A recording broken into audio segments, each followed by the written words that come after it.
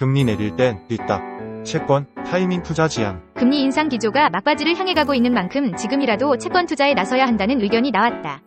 피봇 전망이 보다 선명해진 만큼 소위 막차를 타야 한다는 주장이다. 다만 타이밍을 노려 자본 차익의 목매기보다 추세가 확인된 만큼 중장기적으로 투자할 수 있는 상품을 고르는 게 합리적이라고 권고했다. 타이밍 투자? 사실상 불가능. 유재흥 AB 자산운용 선임 포트폴리오 매니저는 1월 31일 서울 여의도 전경연플라자에서 열린 2024년 글로벌 주식 및 채권 시장 전망 간담회에서 시점을 찾는 일은 사실상 불가능이라며 가령 6월에 금리를 내린다고 하면 시장은 이미 3개월 전에 이를 선반영한다고 말했다. 금리 인하까지 관망하다가는 상대적으로 낮아진 성과를 받아들 수밖에 없다는 뜻이다.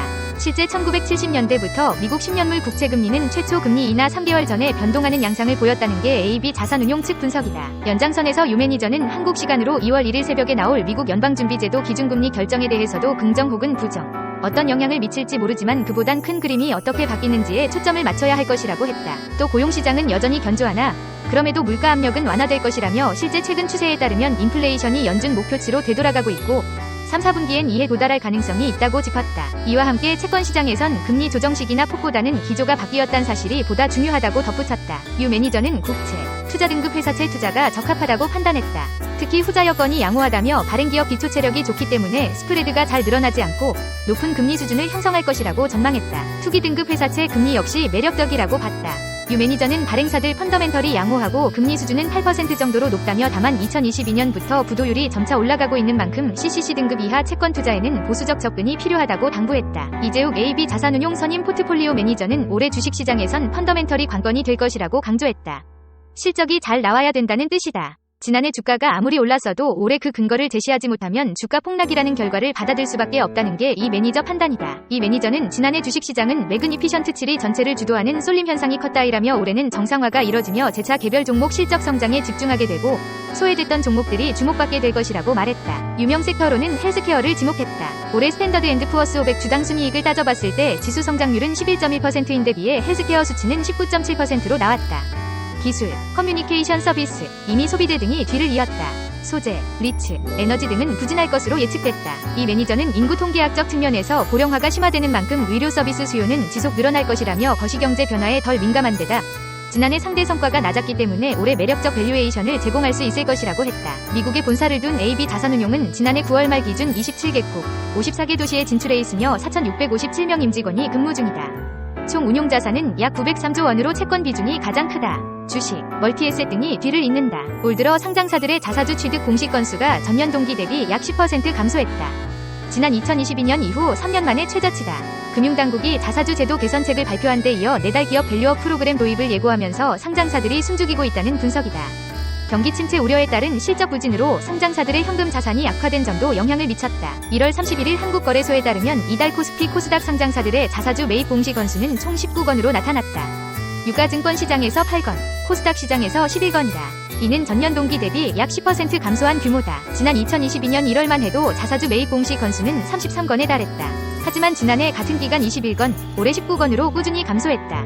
2022년과 비교하면 같은 기간 무려 42% 감소한 것이다. 이 같은 모습은 정부가 코리아 디스카운트 해소를 위해 자사주 제도 개선, 기업 밸류업 프로그램 도입에 나서면서 상장사들이 섣불리 움직이지 않기 때문으로 분석된다.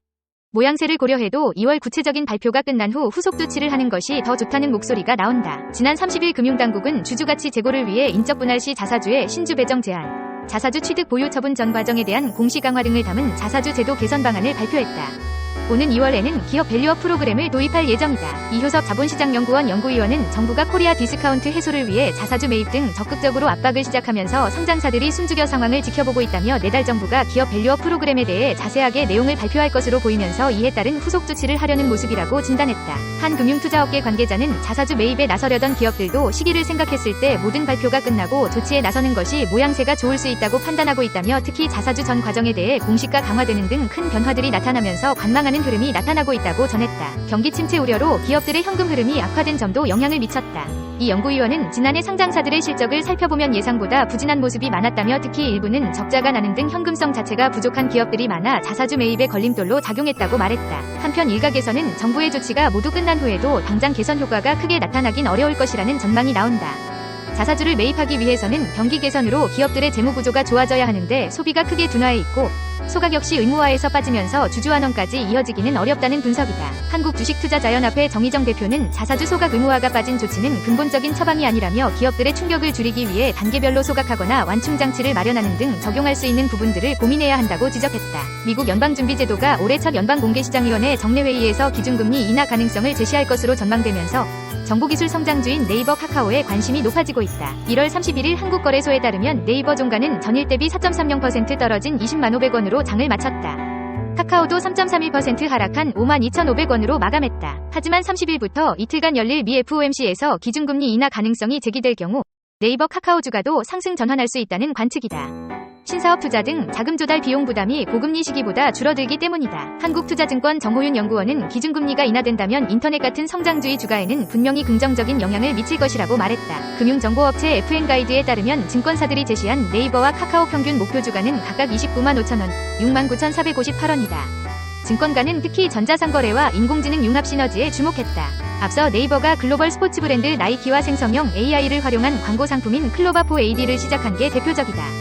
클로바4 AD는 네이버의 초거대 AI 하이퍼클로바 X 기반으로 초계인화된 광고를 지원한다. 흥국증권 김지현 연구원은 네이버가 보유한 데이터와 AI를 활용한 맞춤 광고 솔루션 경쟁력이 부각될 것이라며 이는 DEC를 통해 브랜드 가치를 높이려는 기업 니즈에 부합한다고 강조했다. 하지만 AI 우선주의를 내세운 알파벳과 마이크로소프트 등의 실적이 투자자들 기대를 충족시키지 못하면서 AI 기업으로서 네이버 카카오 밸류에이션을 낮게 책정한 전망도 나온다. 정 연구원은 올해는 네이버 카카오 광고 사업부가 지난해보다 회복되고 인건비와 마케팅비 등 고정비 절감 추세가 이어지면서 실적 회복과 주가 상승이 기대된다면서도 AI, 클라우드 등 B2B 사업에서 발생하는 실적은 아직까지 의미 있는 수준이 아니라 언급하기 어렵다고 전했다. 네이버와 카카오는 오는 2월 2일과 15일에 지난해 4분기 매출 영업이익 등 경영 실적을 발표한다. FN가이드가 집계한 컨센서스에 따르면 네이버 4분기 매출은 2조 5,682억 원, 영업이익은 3,963억 원이다.